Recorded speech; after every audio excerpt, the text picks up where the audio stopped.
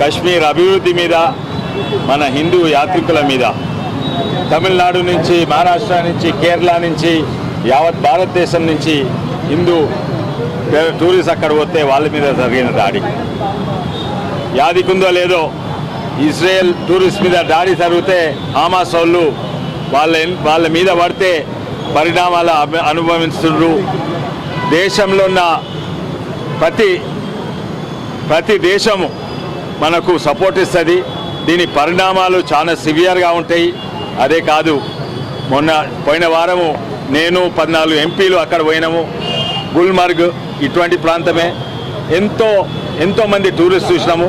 ఇప్పటివరకే season ఖతమే కాలేదు, 2 కోట్ల మంది టూరిస్ట్ పోయినరు.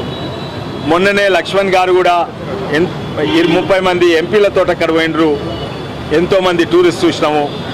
దాని లేకైనా ఎంత అభివృద్ధి అయింది, ట్యూలిప్ గార్డెన్ అయినా ఎంత అభివృద్ధి అయింది అందరు చూస్తున్నారు. ఇది సహించలేక దాడి చేసినారు. దీని పరిణామాలు చాలా సివియర్గా ఉంటాయని నేను అనుకుంటున్నాను.